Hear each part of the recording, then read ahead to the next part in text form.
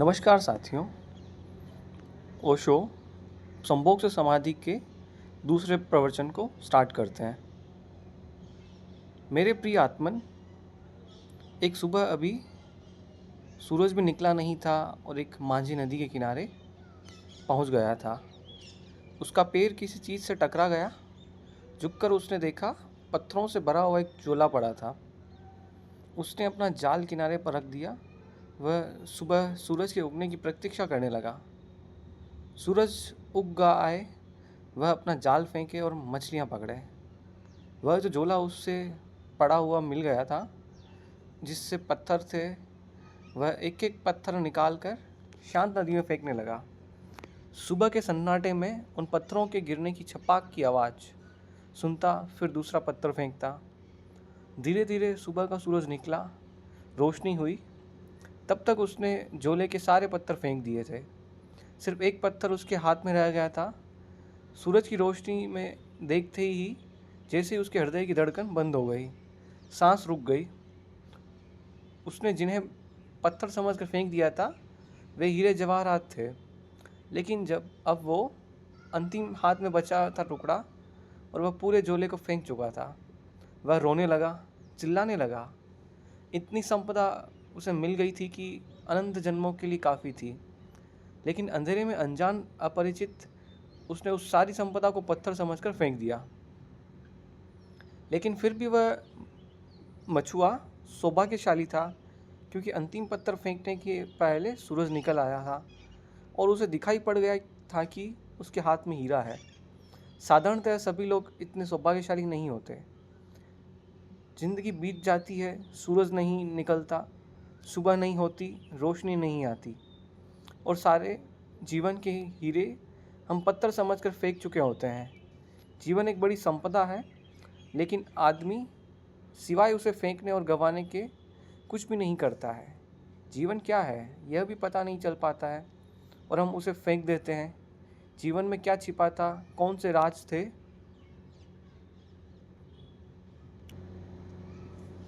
जीवन एक बड़ी संपदा है, लेकिन आदमी सिवाय उसे फेंकने और गंवाने के भी कुछ नहीं करता है। जीवन क्या है यह भी पता नहीं चल पाता है और हम उसे फेंक देते हैं।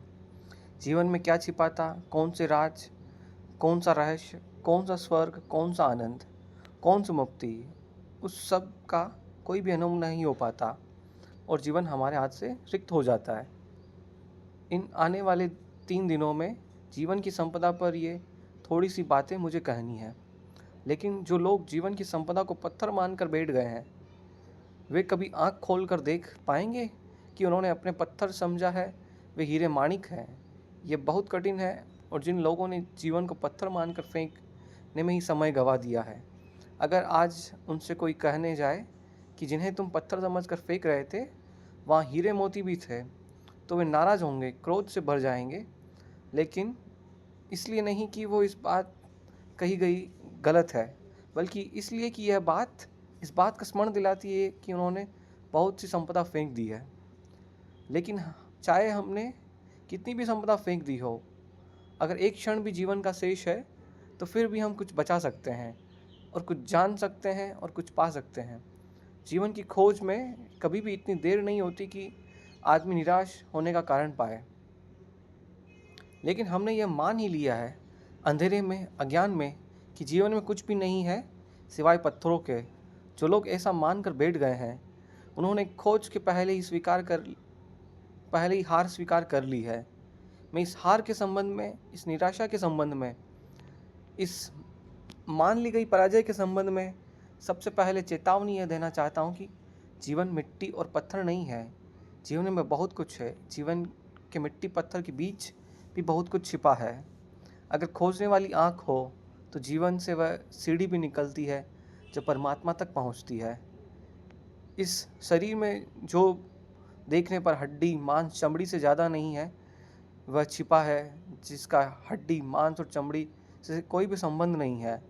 इस साधारण सी देह में भी जो आज जन्मती है, कल मरती है और मिट्टी में हो जाती है, उसका वास है जो अमृत है, जो कभी जन्मता नहीं, कभी समाप्त भी नहीं होता है। रूप के भीतर अरूप छिपा है और दृश्य के भीतर अदृश्य का वास है। मृत्यु के कुहासे में अमृत की ज्योति छिपी हुई है। मृत्यु के धुएं में अमृत की लौ भी छिपी हुई है। वह फ्लेम, वह ज्योति भी छिपी हुई है जिसकी कोई मृत्यु नहीं है। लेकिन हम धुएं को देखकर ही वापस लौट आते हैं और ज्योति को नहीं खोज पाते हैं। या जो लोग थोड़ी हिम्मत करते हैं वे धुएं में ही खो जाते हैं और ज्योति तक नहीं पहुंच पाते हैं। यह यात्रा कैसी हो सकती है कि हम धुएं के भीतर छिपी हुई ज्योति को जान सकें, शरीर के भीतर छिपी हुई आत्मा को पहचान सकें, प्रकृति के भीतर छिपे हुए परमात्मा के दर्शन कर सकें। यह कैसे हो सकता है? उस संबंध में ही 3 चरणों में मुझे बात करनी है। पहली बात, हमने जीवन के संबंध में ऐसे दृष्टिकोण बना लिए हैं, हमने जीवन के संबंध में ऐसी धारणाएं बना ली है, हमने जीवन के संबंध में ऐसा फलसफा खड़ा कर रखा है कि उस दृष्टिकोण और धारणा के कारण ही जीवन के सत्य को देखने से हम वंचित रह जाते हैं। हमने मान ही लिया है कि जीवन क्या है, बिना खोजे, बिना पहचानी, बिना जिज्ञासा किए हमने जीवन के संबंध में कोई निश्चित बात ही समझ रखी है। हजारों वर्षों से हमें एक ही बात मंत्र की तरह पढ़ाई जा रही है कि जीवन असार है, जीवन व्यर्थ है, जीवन दुख है। सम्मोहन की तरह हमारे प्राणों पर यह मंत्र दोहराया गया है कि जीवन व्यर्थ है, जीवन असार है, जीवन दुख है, जीवन छोड़ देने योग्य है। यह बात सुन सुनकर धीरे धीरे हमारे प्राणों में पत्थर की तरह मजबूत होकर बैठ गई है। इस बात के कारण जीवन असार दिखाई पड़ने लगा है, जीवन दुख दिखाई पड़ने लगा है। इस बात के कारण जीवन ने सारा आनंद, सारा प्रेम, सारा सौंदर्य खो दिया है। मनुष्य एक कुरूपता बन गया है, मनुष्य एक दुख का अड्डा बन गया है। और जब हमने मान ही लिया है कि जीवन व्यर्थ है, असार है, तो उसे सार्थक बनाने की सारी चेष्टा भी बंद हो गई है। तो आश्चर्य नहीं है अगर हमने यह मान ही लिया है कि जीवन एक कुरूपता है, तो उसे के भीतर सौंदर्य की खोज कैसे हो सकती है? और अगर हमने मान ही लिया है कि जीवन सिर्फ छोड़ देने योग्य है, तो जिसे छोड़ ही देना है उसे सजाना, उसे खोजना, उसे निखारना, इसकी कोई ज़रूरत नहीं है। हम जीवन के साथ कैसा व्यवहार करते हैं? जैसा कोई आदमी स्टेशन पर विश्रामालय के साथ व्यवहार करता है, वेटिंग रूम के साथ व्यवहार करता है। वह जानता है कि क्षण भर हम वेटिंग रूम में ठहरे हुए हैं, क्षण भर बाद छोड़ देना है। इस वेटिंग रूम से प्रयोजन क्या है, अर्थ क्या है? वह वहाँ मूंगफली के छिलके भी डालता है, पान भी थूकता है, गंदा भी करता है और फिर भी सोचता है मुझे क्या प्रयोजन है, क्षण भर बाद मुझे चले जाना है। जीवन के संबंध में भी हम इसी तरह का व्यवहार कर रहे हैं। जहाँ से हमें क्षण भर बाद चले जाना है, वहाँ सुंदर और सत्य की खोज और निर्माण करने की क्या ज़रूरत है? लेकिन मैं आपसे कहना चाहता हूँ कि ज़िंदगी भर हमें छोड़कर चले जाना है, लेकिन जो असली ज़िंदगी है उसे हमें कभी भी छोड़ने का कोई उपाय नहीं है। हम ये घर छोड़ देंगे, यह स्थान छोड़ देंगे, लेकिन जो ज़िंदगी का सत्य है वह सदा हमारे साथ होगा। वह हम स्वयं हैं। स्थान बदल जाएंगे, मकान बदल जाएंगे, लेकिन ज़िंदगी हमारे साथ होगी। उसके बदलने का कोई उपाय नहीं है। सवाल यह नहीं है कि हम ठहरे थे उसे सुंदर किया था, जहाँ हम रुके थे वहाँ हमने प्रतिकर हवा पैदा की थी, जहाँ हम 2 क्षण को ठहरे थे वहाँ हमने आनंद का गीत गाया था। सवाल यह नहीं है कि वहाँ आनंद का गीत हमने गाया था, सवाल यह है कि जिसने आनंद का गीत गाया था उसके भीतर आनंद की और बड़ी संभावना के द्वार खोल लिए। उसने उस मकान को सुंदर बनाया, उसने और बड़े सौंदर्य को पाने की क्षमता उपलब्ध कर ली है। जिसने 2 क्षण उस वेटिंग रूम में भी प्रेम के बिताए थे, उसने और बड़े प्रेम को पाने की पात्रता अर्जित कर ली है। हम जो करते हैं उसे हम निर्मित करते हैं। हमारा कृत्य अंततः हमें निर्मित करता है, हमें बनाता है। हम जो करते हैं वही धीरे धीरे हमारे प्राण और हमारी आत्मा का निर्माता हो जाता है। जीवन के साथ हम क्या करते हैं इस पर निर्भर करता है कि हम कैसे निर्मित हो रहे हैं। जीवन के साथ हमारा क्या व्यवहार है इस पर निर्भर होगा कि हमारी आत्मा किन दिशाओं में यात्रा करेगी, किन मार्गों पर जाएगी, किन नए जगतों की खोज करेगी। जीवन के साथ हमारा व्यवहार हमें निर्मित करता है।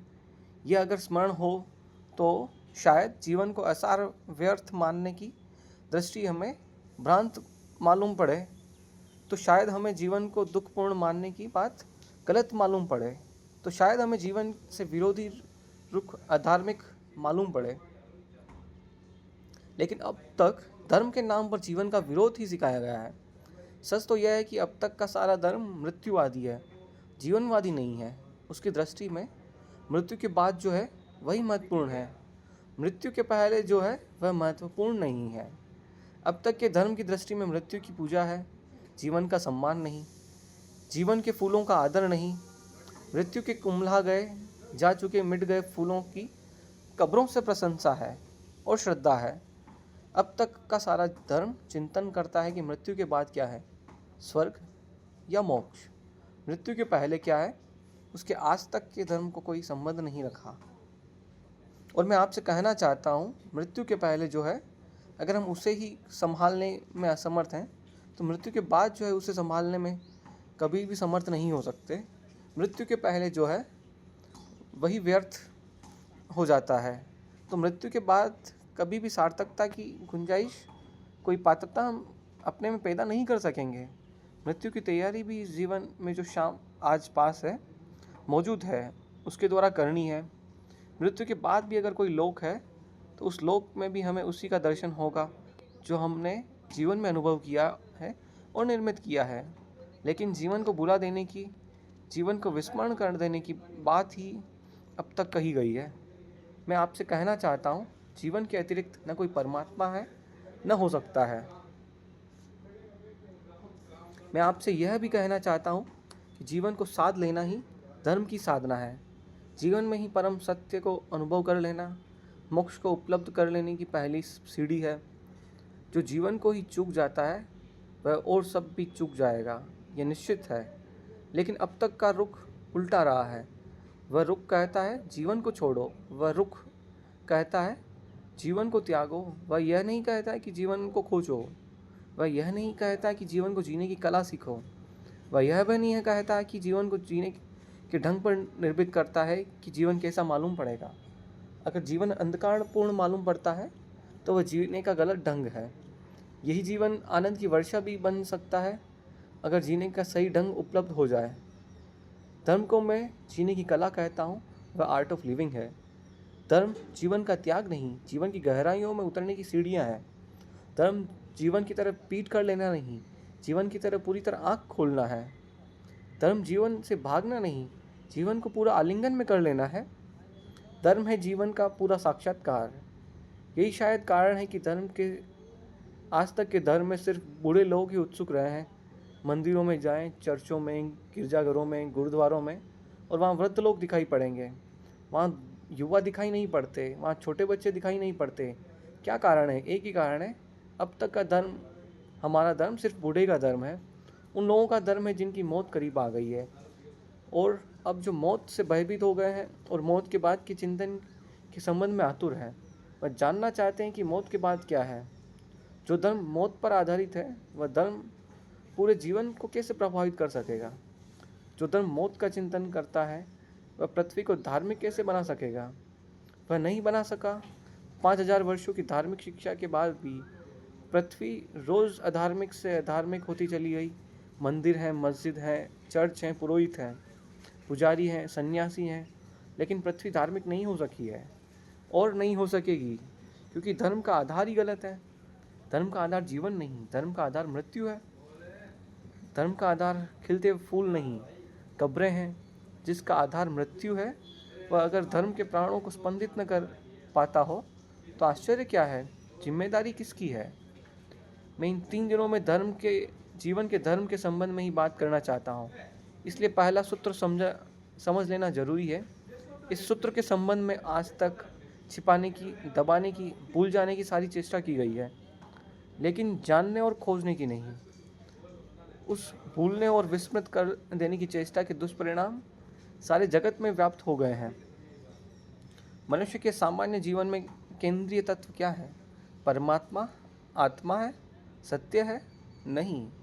मनुष्य के प्राणों में, सामान्य मनुष्यों के प्राणों में, जिसने कोई खोज नहीं की, जिसने कोई यात्रा नहीं की, जिसने कोई साधना नहीं की, उसके प्राणों की गहराई में क्या है? प्रार्थना, पूजा?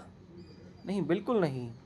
हम सामान्य मनुष्य की जीवन ऊर्जा में खोज करें, उसकी जीवन शक्ति को हम खोजने जाएं, तो न तो वहाँ परमात्मा दिखाई पड़ेगा, न पूजा न ध्यान, वहाँ कुछ और ही दिखाई पड़ेगा।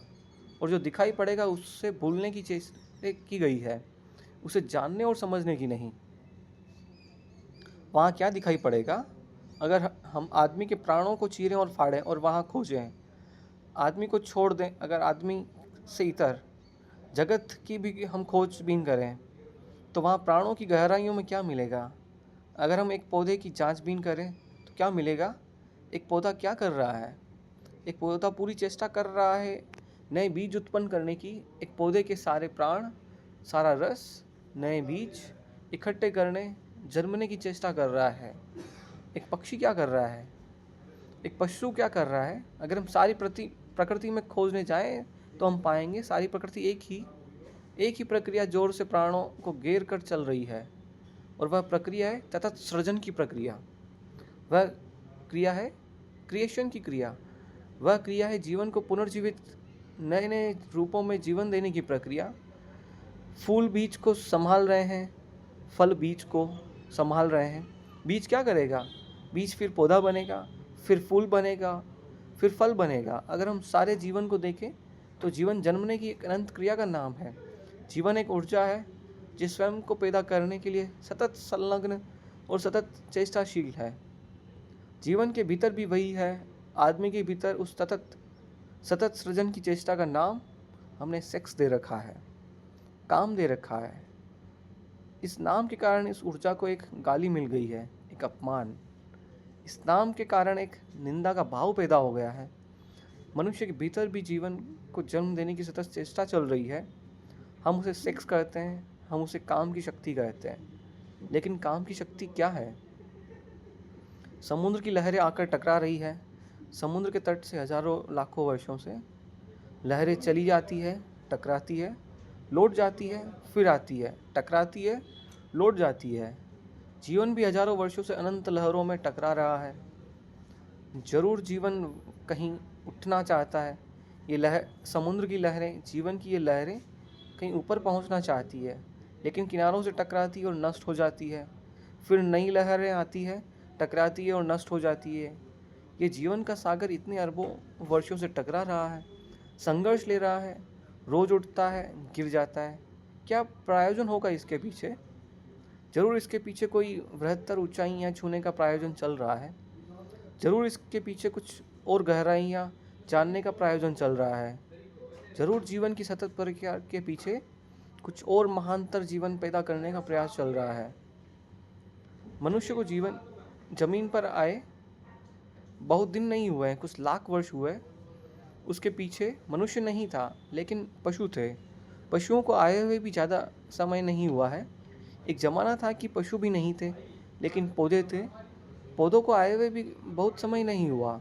एक समय था कि पौधे भी नहीं थे, पत्थर थे, पहाड़ थे, नदियाँ थी, सागर था। पत्थर, पहाड़, नदियों की वह जो दुनिया थी, वह किस बात के लिए पीड़ित थी?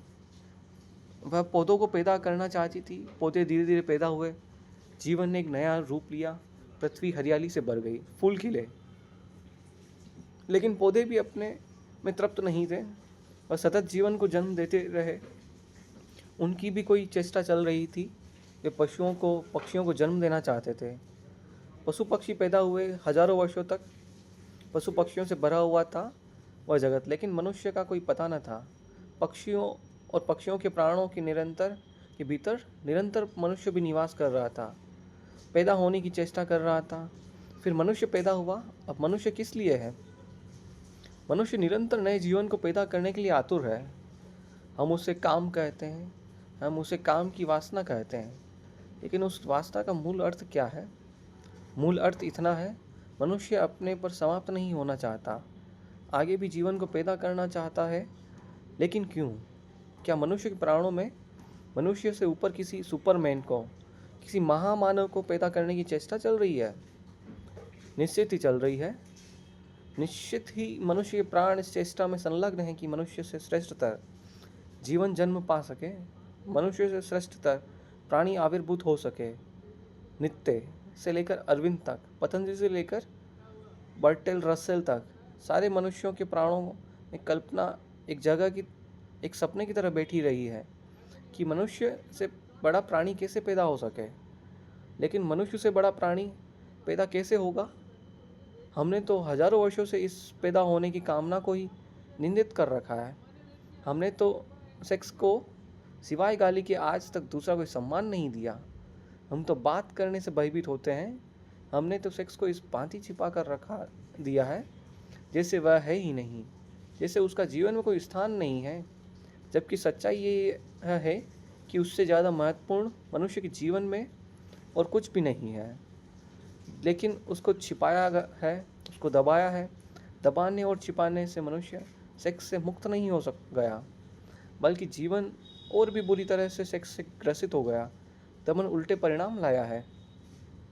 शायद आप में से किसी ने एक फ्रेंच वैज्ञानिक कुएं के नियम के संबंध में सुना होगा।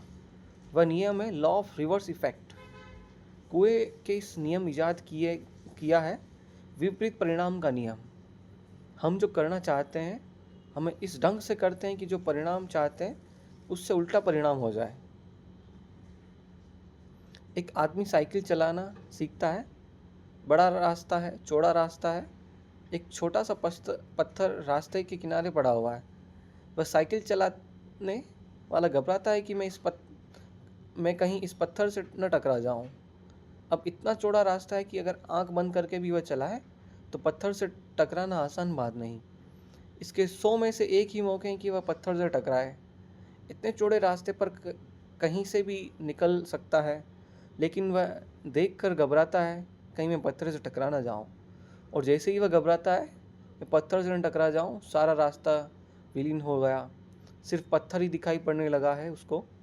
अब उसकी साइकिल का चाक पत्थर की तरफ मुड़ने लगा है। वह हाथ पैर से घबरा जाता है। उसकी सारी चेतना उस पत्थर को ही देखने लगती है और एक सम्मोहित हिप्नोटाइज्ड आदमी की तरह वह पत्थर की तरफ खींचा जाता है और जाकर पत्थर से टकरा जाता है। नया साइकिल सीखने वाला उसी से टकरा जाता है जिसे बचना चाहता है। लैंप पोस्ट से टकरा जाता है, पत्थर से टकरा जाता है। इतना बड़ा रास्ता था कि अगर कोई निशानेबाज ही चलाने की कोशिश करता तो उस पत्थर से टकरा सकता था। लेकिन सिक्स्थ आदमी कैसे उस पत्थर से टकरा गया? कुएं कहते हैं हमारी चेतना का एक नियम है, लॉ ऑफ रिवर्स इफेक्ट। हम जिस चीज़ से बचना चाहते हैं चेतना उसी पर केंद्रित हो जाती है और परिणाम में हम उससे टकरा जाते हैं। 5000 वर्ष से आदमी सेक्स से बचना चाह रहा है और परिणाम इतना बुरा हुआ कि गली कूचे हर जगह आदमी भी, जहाँ भी आदमी जाता है वहीं सेक्स से टकरा जाता है। लॉ ऑफ रिवर्स इफेक्ट मनुष्य की आत्मा को पकड़े हुए है। क्या कभी आपने सोचा है कि आप चित्त को जहाँ से बचाना चाहते हैं चित्त वहीं आकर्षित हो जाता है, वहीं निमंत्रित हो जाता है। जिन लोगों ने मनुष्य को सेक्स के विरोध में समझाया उन लोगों ने ही मनुष्य को कामुक बनाने का जिम्मा भी अपने ऊपर ले लिया।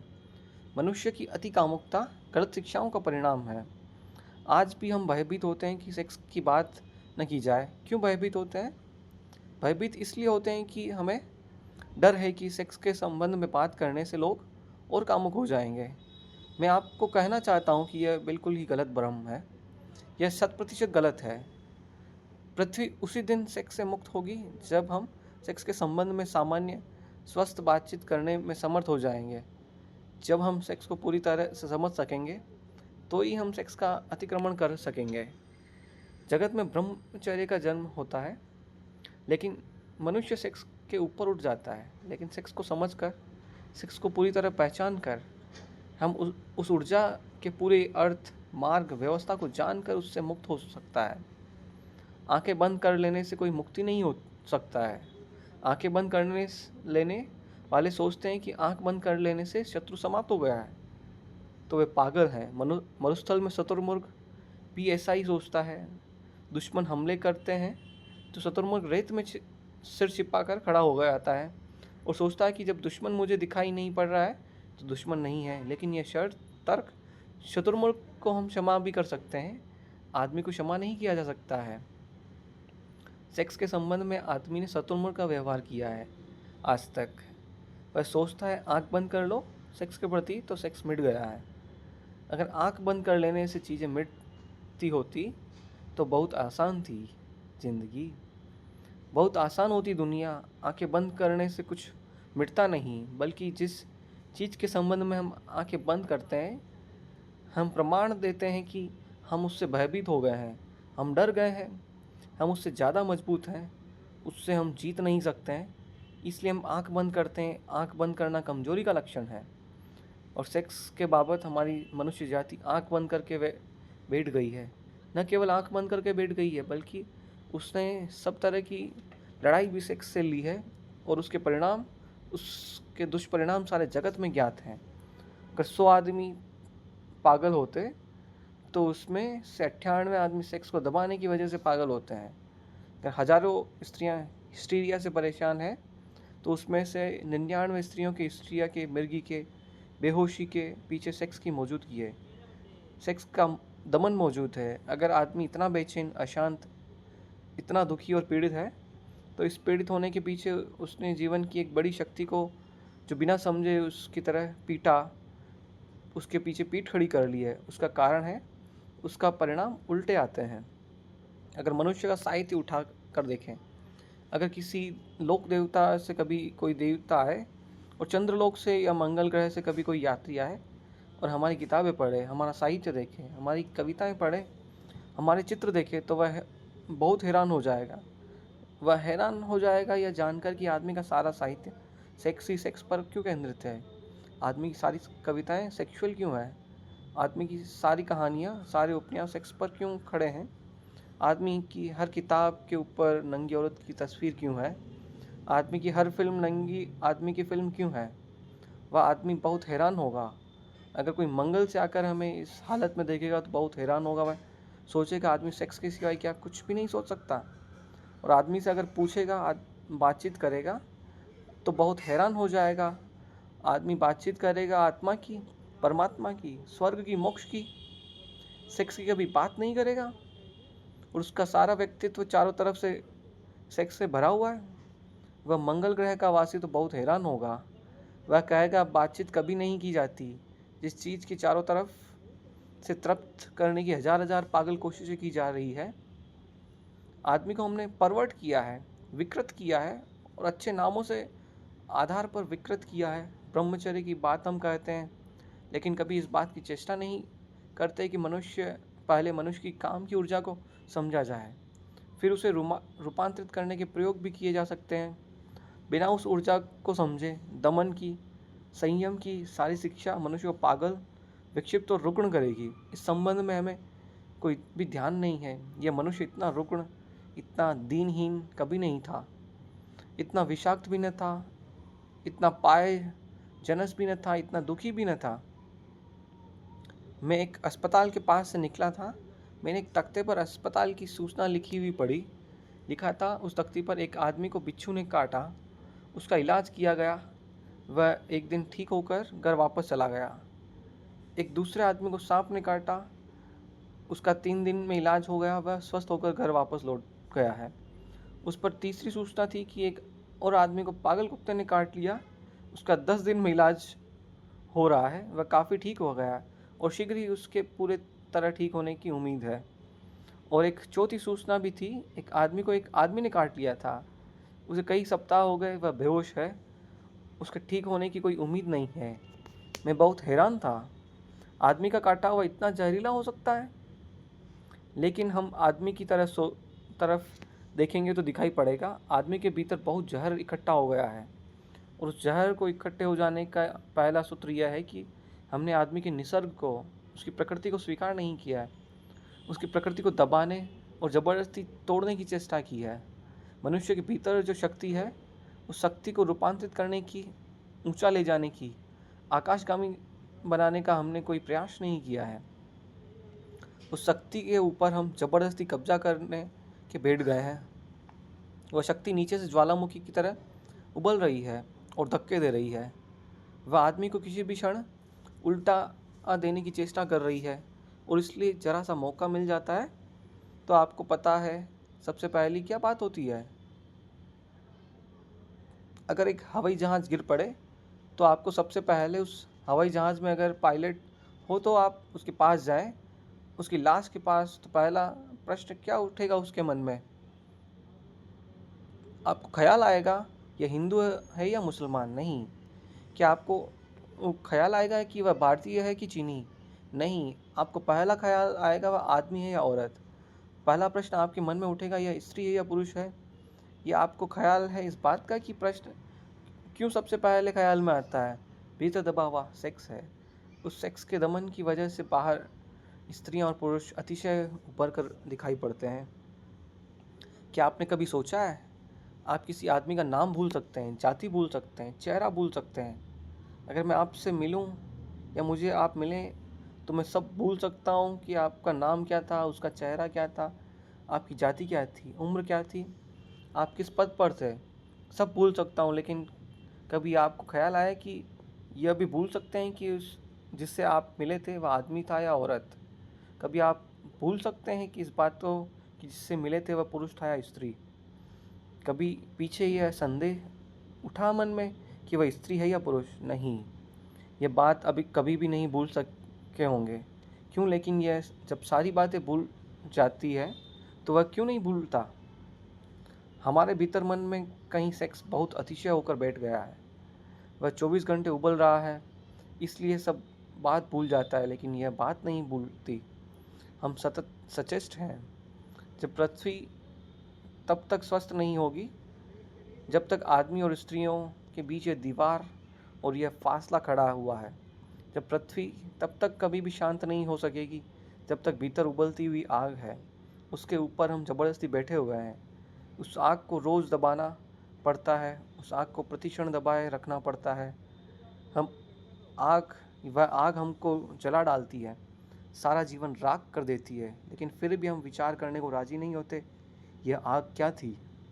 मैं आपसे कहता हूँ, अगर हम इस आग को समझ लें तो यह आग दुश्मन नहीं दोस्त है। अगर हम इस आग को समझ लें, यह हमें जलाएगी नहीं, हमारे घर को गर्म भी कर सकती है सर्दियों में, और हमारी रोटियों को पका सकती है, हमारी ज़िंदगी के लिए सहयोगी और मित्र भी बन सकती है। लाखों सालों तक आकाश में बिजली चमकती थी, कभी किसी के ऊपर गिरती थी और जान ले लेती थी। कभी किसी ने सोचा भी न था कि एक दिन घर में पंखा चलाएगी यह बिजली, कभी यह रोशन करेगी अंधेरे में। यह किसी ने सोचा नहीं था आज वह बिजली हमारी साथी हो गई है। क्यों? बिजली की तरह हम आंख मूंद कर खड़े हो जाते तो हम कभी बिजली के राज को न समझ पाते और न कभी उसका उपयोग कर पाते। वह हमारी दुश्मन ही नहीं बनी रहती। लेकिन नहीं, आदमी ने बिजली के प्रति दोस्ताना भाव बरतना, उसे बिजली को समझने की कोशिश की, उससे प्रयास किए जानने के, और धीरे धीरे बिजली उसकी साथी हो गई। आज बिना बिजली के क्षण भर जमीन पर रहना मुश्किल मालूम होगा। मनुष्य के भीतर बिजली से भी बड़ा ताकत है सेक्स की। मनुष्य के भीतर अणु की शक्ति से भी बड़ी शक्ति है सेक्स की। कभी आपने सोचा लेकिन यह शक्ति क्या है? कैसे हम इसे रूपांतरित करें? एक छोटे से अणु में इतनी शक्ति है तो हिरोशिमा का पूरा 1 लाख का नगर भस्म हो सकता है। लेकिन क्या आपने कभी सोचा है कि मनुष्य के काम की ऊर्जा एक अणु के नए व्यक्ति को जन्म देता है? उस व्यक्ति में गांधी पैदा हो सकता है, उस व्यक्ति में महावीर पैदा हो सकता है, उस व्यक्ति में बुद्ध पैदा हो सकता है, क्राइस्ट पैदा हो सकता है, उसमें आइंस्टीन पैदा हो सकता है और न्यूटन पैदा हो सकता है। एक छोटा सा अणु मनुष्य की काम ऊर्जा का एक गांधी को छिपाए हुए है। गांधी जैसा विराट व्यक्तित्व जन्म पा सकता है। लेकिन हम सेक्स को समझने को राजी नहीं, लेकिन हम सेक्स की ऊर्जा के संबंध में बात करने की हिम्मत जुटाने को राजी नहीं। कौन सा भय हमें पकड़े हुए है कि जिससे सारे जीवन का जन्म होता है, उस शक्ति को हम समझना नहीं चाहते? कौन सा डर है, कौन सी घबराहट है? मैंने पिछली बम्बई की सभा में इस संबंध में कुछ बात की थी तो बड़ी घबराहट फैल गई। मुझे बहुत से पत्र पहुँचे कि आप इस तरह की बातें मत कहें, इस तरह की बात ही मत कहें। मैं बहुत हैरान हुआ कि इस तरह की बात क्यों न की जाए। अगर शक्ति है हमारे भीतर तो उसे जाना क्यों न जाए, उसे क्यों न पहचाना जाए, और बिना जाने पहचाने, बिना उसके नियम समझे हम उस शक्ति को और ऊपर कैसे ले जा सकते हैं? पहचान से हम उसको जीत भी सकते हैं, बदल भी सकते हैं, लेकिन बिना पहचाने तो हम उसके हाथ में ही मरेंगे और सड़ेंगे और कभी उससे मुक्त नहीं हो सकते।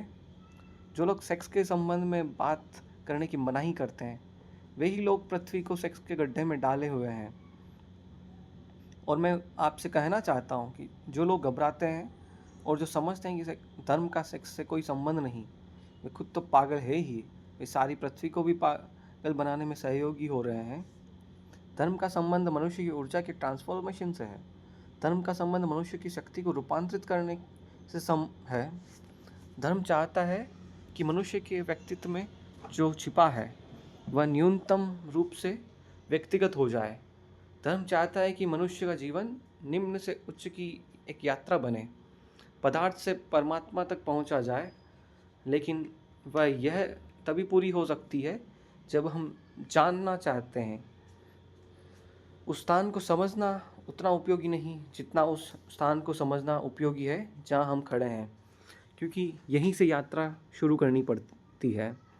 सेक्स है, फैक्ट है। सेक्स जो है वह तथ्य है मनुष्य के जीवन का और परमात्मा का। परमात्मा अभी दूर है, सेक्स हमारे जीवन का तथ्य है। इस तथ्य को समझकर हम परमात्मा के सत्य तक यात्रा कर भी सकते हैं, लेकिन इसे बिना समझे एक इंच आगे नहीं जा सकते। कोल्हू के बेल की तरह इसी के आसपास घूमते रहेंगे। मैंने जो पिछली सभा में कुछ बातें कही तो मुझे लगा कि जैसे हम जीवन की वास्तविकता को समझने की भी तैयारी नहीं दिखाते, तो फिर हम और क्या कर सकते हैं और आगे क्या हो सकता है। फिर ईश्वर परमात्मा की सारी बातें सांत्वना की बातें हैं और झूठी है, क्योंकि जीवन के परम सत्य चाहे कितने ही नग्न हो उन्हें जानना ही पड़ेगा, समझना ही पड़ेगा। तो पहली बात तो यह जान लेनी ज़रूरी है कि जीवन का जन्म सेक्स से होता है। मनुष्य का सारा व्यक्तित्व सेक्स के अणुओं से बना हुआ है। मनुष्य का सारा प्राण सेक्स की ऊर्जा से भरा हुआ है। जीवन की ऊर्जा अर्थात काम की ऊर्जा, यह जो काम की ऊर्जा है, यह जो सेक्स एनर्जी है, यह क्या है, यह क्यों हमारे जीवन को इतने ज़ोर से आंदोलित करती है, क्यों हमारे जीवन को इतना प्रभावित करती है, क्यों हम घूम घूम कर सेक्स के आसपास इर्द गिर्द की ही चक्कर लगाते हैं और समाप्त हो जाते हैं। कौन सा आकर्षण है इसका? हजारों साल से ऋषि मुनि इनकार कर रहे हैं, लेकिन आदमी प्रभावित नहीं हुआ मालूम पड़ता है। हजारों साल से वे कह रहे हैं कि मुख मोड़ लो इससे, दूर हट जाओ इससे, सेक्स की कल्पना और कामना छोड़ दो, चित्त से निकाल डालो ये सारे सपने। लेकिन आदमी के चित्त से सपने निकलते नहीं हैं, निकल भी नहीं सकते इस भांति। बल्कि मैं तो इतना हैरान हुआ हूँ, हैरान हुआ हूँ, मैं वेश्याओं से भी मिला हुआ हूँ, लेकिन वेश्याओं ने मुझसे सेक्स की बात नहीं की, उन्होंने आत्मा परमात्मा के संबंध में पूछताछ की। और मैं साधु सन्यासियों से भी मिलता हूँ, वे जब भी अकेले में मिलते हैं तो सिवाय सेक्स के और किसी बात के संबंध में पूछताछ नहीं करते। मैं हैरान हुआ हूँ इस बात को जानकर कि साधु सन्यासियों को जो निरंतर इसके विरोध में बोल रहे हैं, वे खुद भी चित्त के तल पर वही ग्रसित हैं, वही परेशान हैं। तो जनता में आत्मा परमात्मा की बात करते हैं, लेकिन भीतर उनकी भी समस्या वही है, होगी भी, वास्तविक है, क्योंकि हमने उस समस्या को समझने की ही चेष्टा नहीं की है। हमने उस ऊर्जा के नियम भी नहीं जाने चाहे और हमने कभी यह भी नहीं पूछा कि मनुष्य का इतना आकर्षण क्यों है। कौन सिखाता है सेक्स आपको? सारी दुनिया तो सिखाने के विरोध में सारे उपाय करती है। माँ बाप चेष्टा करते हैं कि बच्चे को पता ना चल जाए, शिक्षक चेष्टा करता है, धर्मशास्त्र चेष्टा करते हैं, कहीं कोई स्कूल नहीं, कहीं कोई यूनिवर्सिटी नहीं। लेकिन आदमी अचानक एक दिन पाता है कि सारे प्राण काम की आतुरता से भर गए हैं। वह कैसे हो सकता है? बिना सिखाए ये कैसे हो सकता है? सत्य की शिक्षा दी जाती है, प्रेम की शिक्षा दी जाती है, उसका तो कोई पता नहीं चलता। इस सेक्स का इतना प्रबल आकर्षण, इतना नैसर्गिक केंद्र क्या है? जरूर इसमें कोई रहस्य है और इसे समझना जरूरी है, तो शायद हम इससे मुक्त भी हो सकते हैं। पहली बात तो यह है कि मनुष्य के प्राणों में सेक्स का जो आकर्षण है वह वस्तुतः सेक्स का आकर्षण नहीं है। मनुष्य के प्राणों में जो काम वासना है वह वस्तुतः काम की वासना नहीं। इसलिए हर आदमी के कृत्य के बाद पछताता है, दुखी होता है, पीड़ित होता है, सोचता है कि इससे मुक्त हो जाऊं, यह क्या है, लेकिन शायद आकर्षण कोई दूसरा है, और वह आकर्षण बहुत रिलीजियस, बहुत धार्मिक अर्थ रखता है। वह आकर्षण यह है कि मनुष्य के सामान्य जीवन में सिवाय सेक्स की अनुभूति के वह कभी अपने गहरे प्राणों में नहीं उतर पाता है, और किसी क्षण में कभी गहरे नहीं उतरता है। दुकान करता है, धंधा करता है, यश कमाता है, पैसे कमाता है, लेकिन एक अनुभव काम का, संभोग का उसे गहरे से गहरे ले जाता है, और उसकी गहराई में दो घटनाएं घटती है। एक, संभोग के अनुभव में अहंकार विसर्जित हो जाता है, ईगोलेसनेस पैदा हो जाती है। एक क्षण के लिए अहंकार नहीं रहता, एक क्षण को यह याद भी नहीं रहता कि मैं हूँ। क्या आपको पता है, धर्म के श्रेष्ठतम अनुभव में भी बिल्कुल मिट जाता है, अहंकार बिल्कुल शून्य हो जाता है। सेक्स के अनुभव में क्षण भर को अहंकार मिटता है, लगता है कि मैं हूँ या नहीं। एक क्षण को विलीन हो जाता है मेरापन का भाव।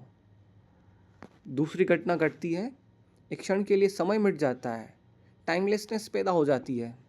जीसस ने कहा समाधि के संबंध में, there shall be time no longer. समाधि का जो अनुभव है वहाँ समय नहीं रह जाता, वह कालातीत है, समय बिल्कुल विलीन हो जाता है, न कोई अतीत है न कोई भविष्य, शुद्ध वर्तमान रह जाता है।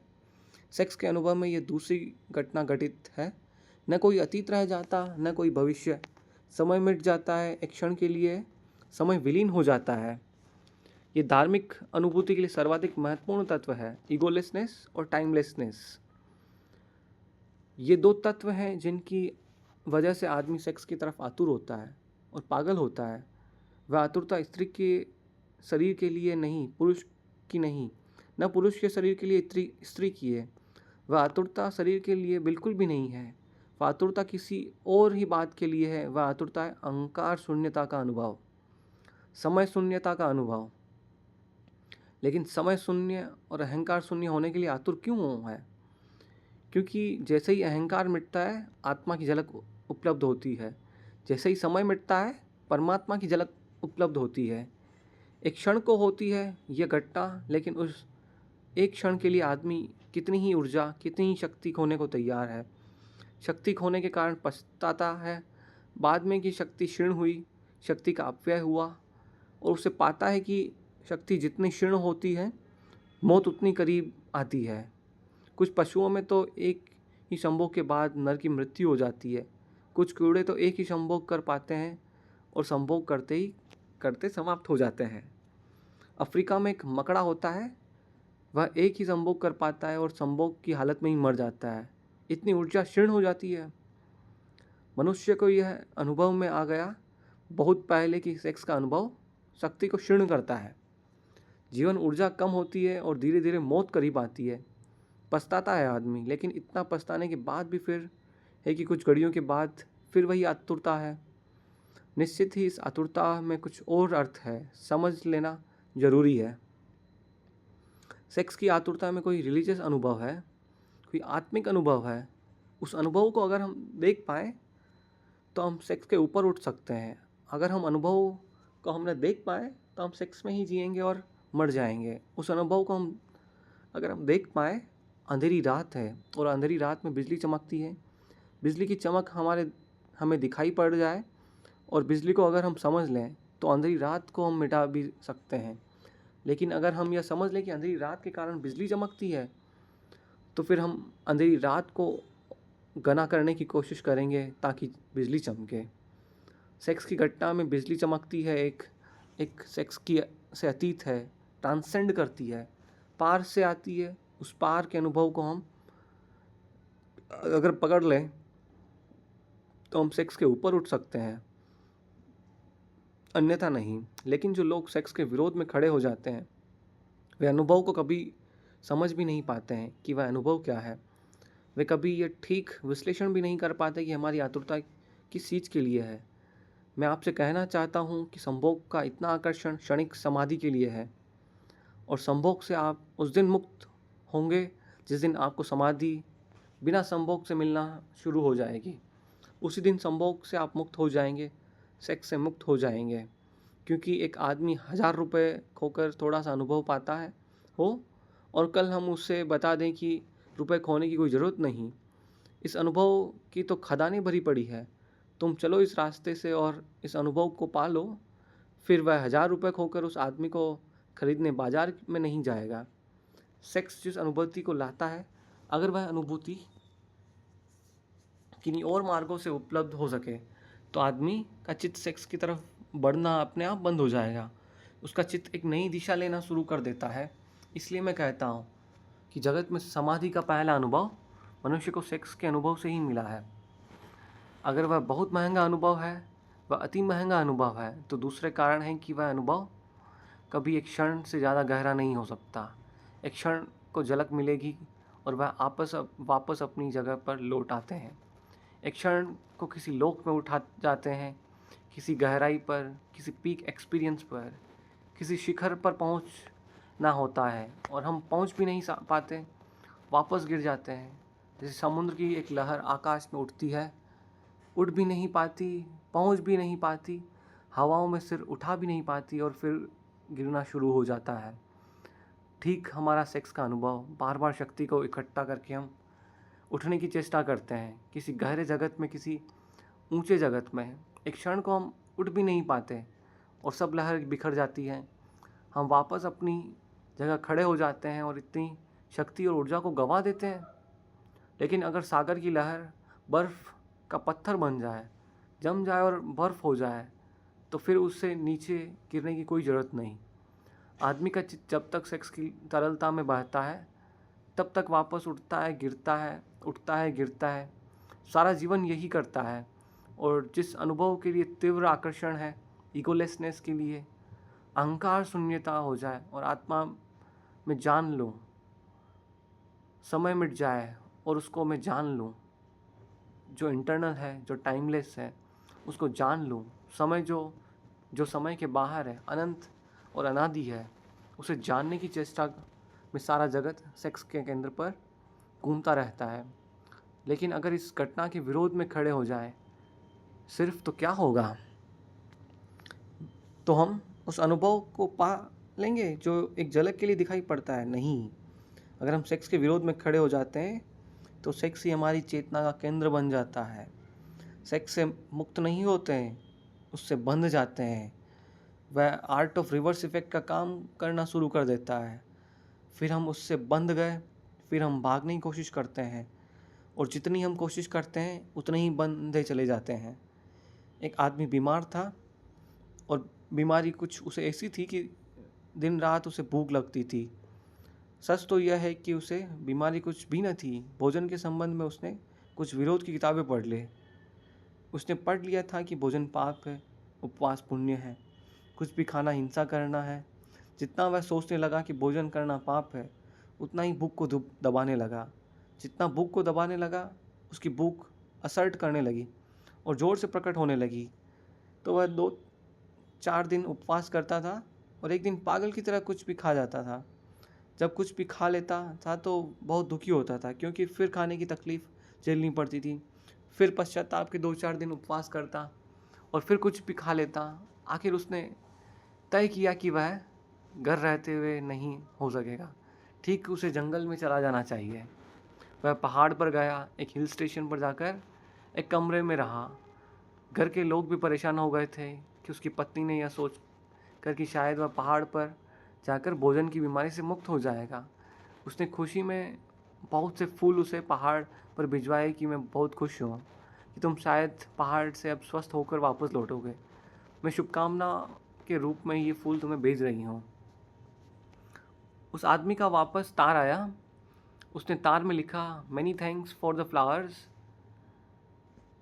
दे आर सो डिलीशियस। उसने तार किया कि बहुत धन्यवाद फूलों के लिए, बड़े स्वादिष्ट हैं।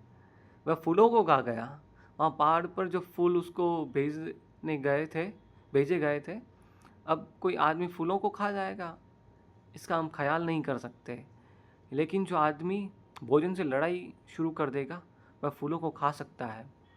आदमी सेक्स से लड़ाई शुरू किया और उसने क्या क्या सेक्स के नाम पर खाया, इसका आपने कभी हिसाब किया? आदमी को छोड़कर, सभ्य आदमी को छोड़कर होमोसेक्सुअलिटी कहीं है? जंगल में आदिवासी रहते हैं, उन्होंने कभी कल्पना भी नहीं की कि होमोसेक्सुअलिटी किसी चीज़ की भी हो सकती है, कि पुरुष और पुरुष के साथ संभोग कर सकता है, यह भी हो सकता है, यह कल्पना के बाहर है। मैं आदिवासियों के पास रहा हूँ और उनसे मैंने कहा कि सभ्य लोग इस तरह भी करते हैं, तो वे कहने लगे हमारे विश्वास के बाहर है, यह कैसे हो सकता है।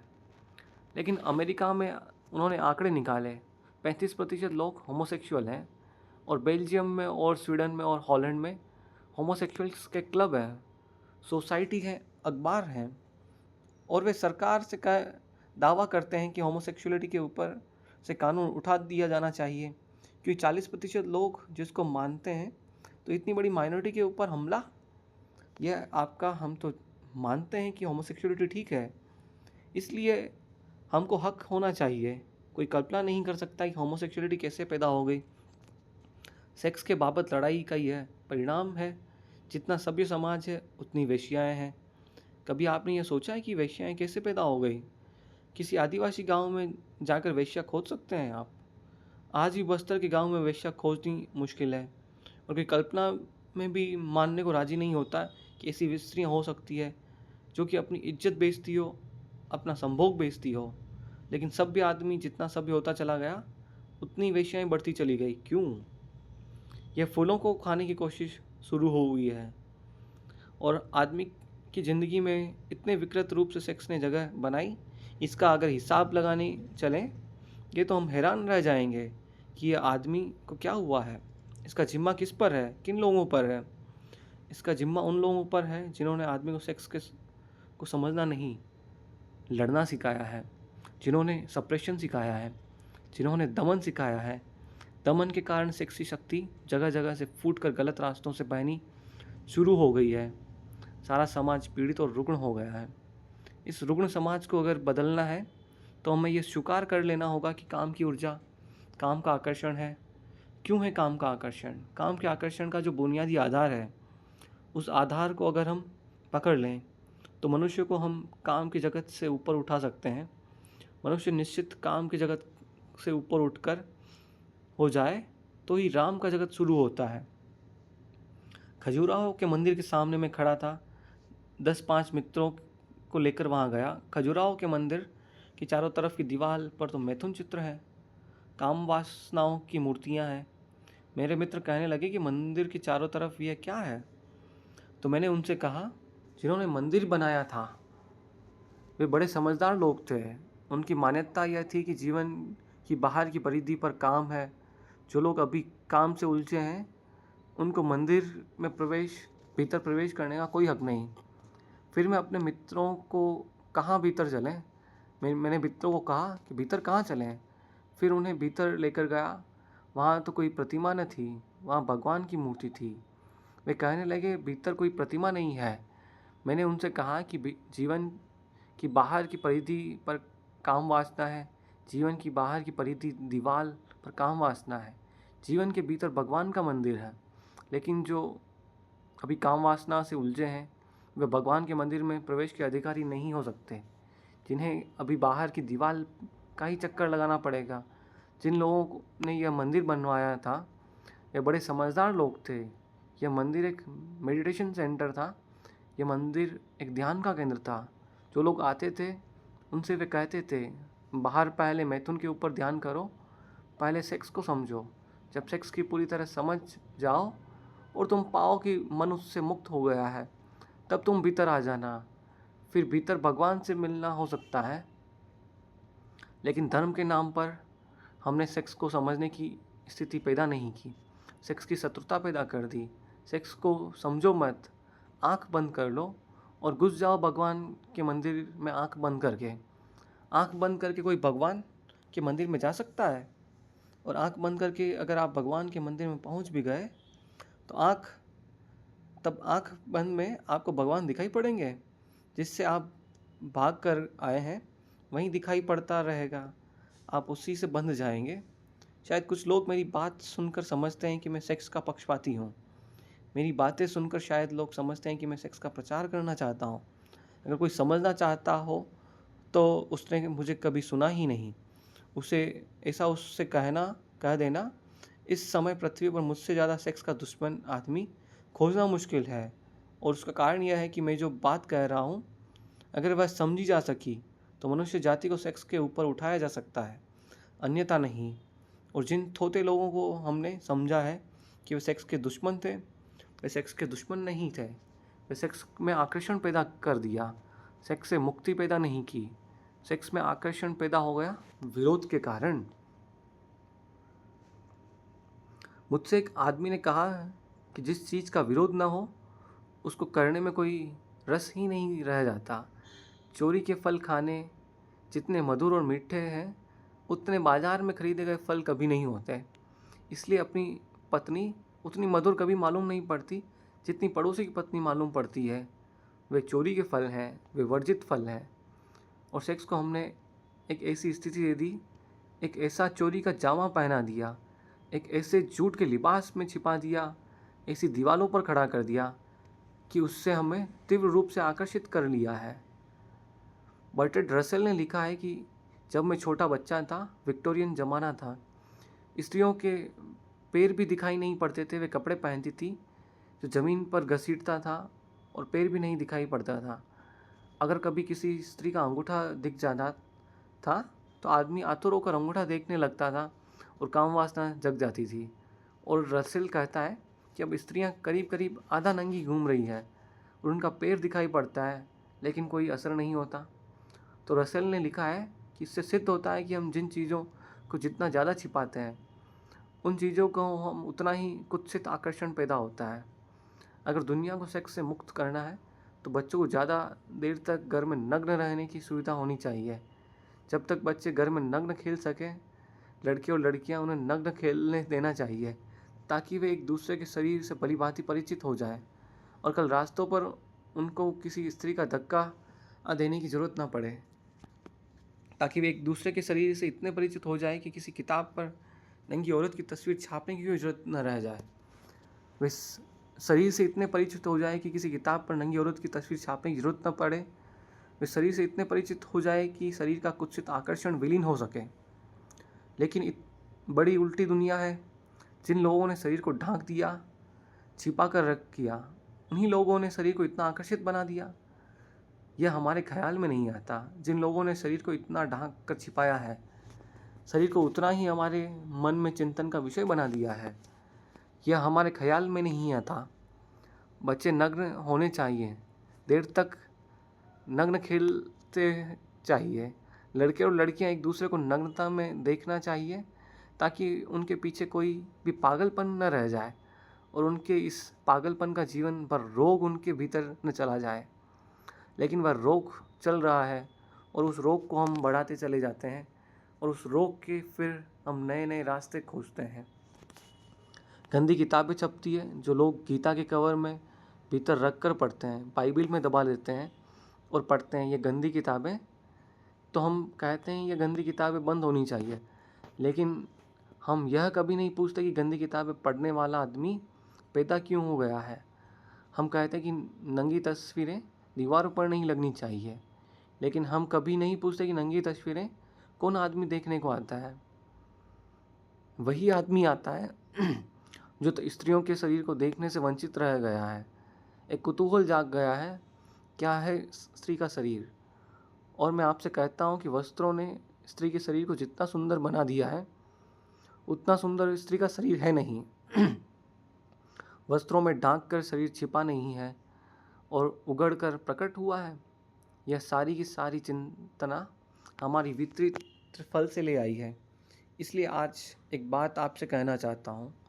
पहले दिन की चर्चा में वह यह सेक्स क्या है, उसका आकर्षण क्या है, उसकी विकृति पैदा क्यों हुई है। अगर हम ये तीन बातें ठीक से समझ लें तो मनुष्य का मन इनके ऊपर उठ जाता है। उठना चाहिए, उठने की ज़रूरत है, लेकिन उठने की चेष्टा गलत परिणाम लाई है,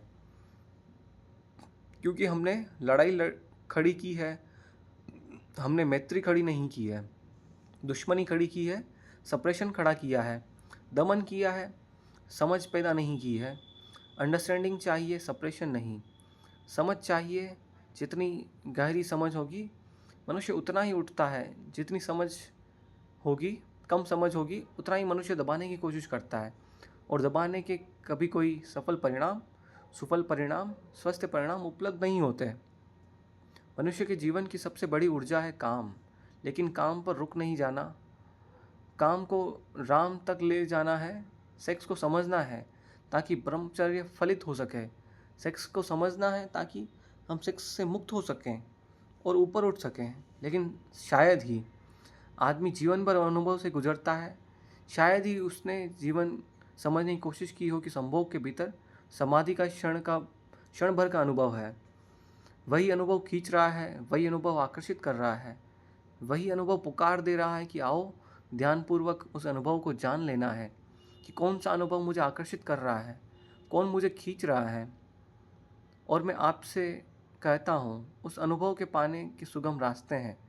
ध्यान, योग, सामायिक प्रार्थना, सब उस अनुभव को पाने के मार्ग हैं। लेकिन वही अनुभव हमें आकर्षित कर रहा है, यह सोच लेना, जान लेना ज़रूरी है। एक मित्र ने मुझे लिखा है कि आपने ऐसी बातें कही हैं कि माँ के साथ बेटी बैठी थी, वह सुन रही है, बाप के साथ बेटी बैठी है, वह सुन रही है। ऐसी बातें सबके सामने नहीं करनी चाहिए। मैंने उनसे कहा, आप बिल्कुल पागल हैं। अगर माँ समझदार होगी तो इसके पहले कि बेटी ही सेक्स की बात दुनिया में उतर जाए, उसे सेक्स के संबंध में अपने सारे अनुभव साझा करेगी, ताकि वह अनजान, अधकच्ची, अपरिपक्व सेक्स के गलत रास्तों पर न चली जाए। अगर बाप योग्य है और समझदार है तो अपने बेटे को और अपनी बेटी को सारे अनुभव बता देगा, ताकि बेटे और बेटियां गलत रास्तों पर न चले जाएं, जीवन उनके विकृत न हो जाए।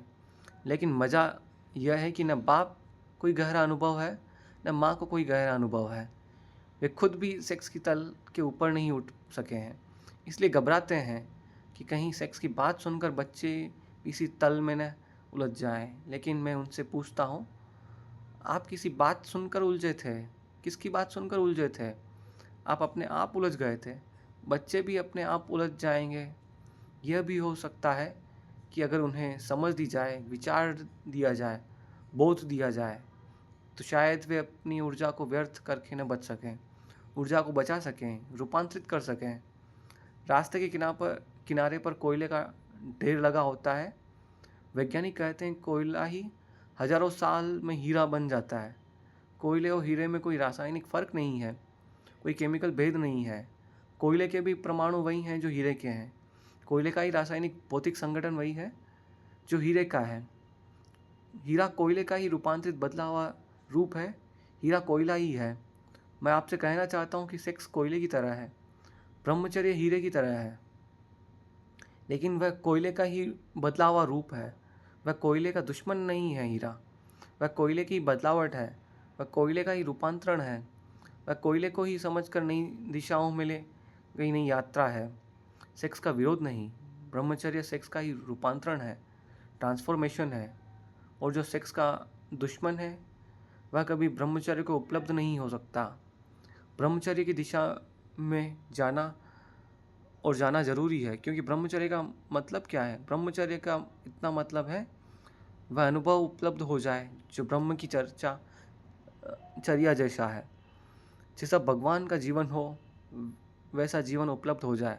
ब्रह्मचर्य यानी ब्रह्म की चर्या, ब्रह्म जैसा जीवन, परमात्मा जैसा अनुभव उपलब्ध हो जाए। वह हो सकता है अपनी शक्ति को समझकर रूपांतरित करने से। आने वाले 2 दिन में कैसे रूपांतरित किया जा सकता है?